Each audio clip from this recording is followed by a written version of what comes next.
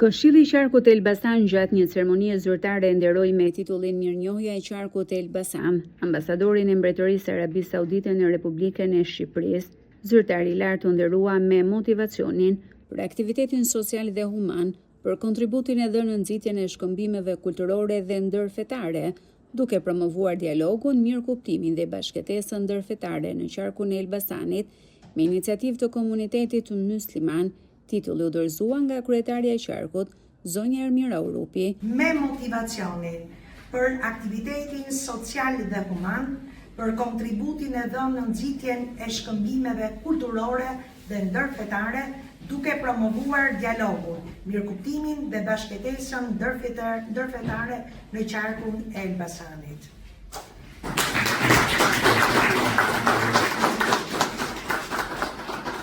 Ceremonia u zhvillua në praninë e përfaqësuesve të pushtetit vendor, institucioneve akademike dhe fetare, antarëve të këshillave bashkiak, si dhe ambasadorit të shtetit të Katarit,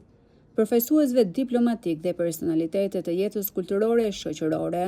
Të paktën 100 familje me fëmijë jetim në Qarkun e Elbasanit ndihmohen me pagesë mujore nga Mbretëria e Arabisë Saudite.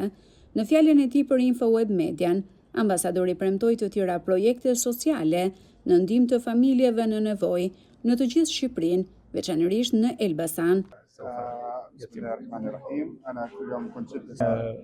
Ishte një kënaqësi e veçantë që të ndodhesh sot në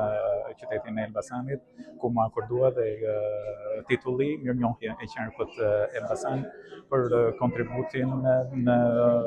fusha humane dhe njerëzore dhe për konsolidimin e dialogut ndërfetar dhe bashkëtesës,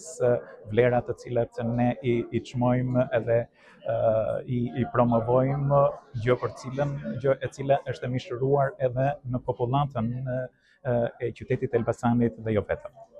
Ky vlerësim vjen në kuadër të marrëdhënieve bilaterale mes dy vendeve tona mike, e konkretizuar kjo në programe dhe në ndihma dhe në veprimtari humane dhe njerëzore në të gjithë Shqipërinë, por që qyteti i Elbasanit dhe Qarku i Elbasanit në gjithësi ka pasur pjesën e tij të angazhimit dhe të punës time në krye të misionit diplomatik të Mbretërisë së Arabisë Saudite në Shqipëri.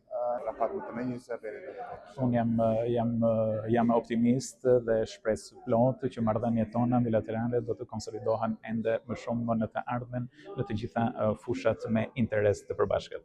Nga ana e tij, kryetari i Bashkisë Elbasan Gledian Llatja u shpreh se ky titull Mirënjohjeje nuk përfaqëson vetëm Bashkinë e Elbasanit, por është një vlerësim që përfaqëson të 7 bashkitë e Qarkut.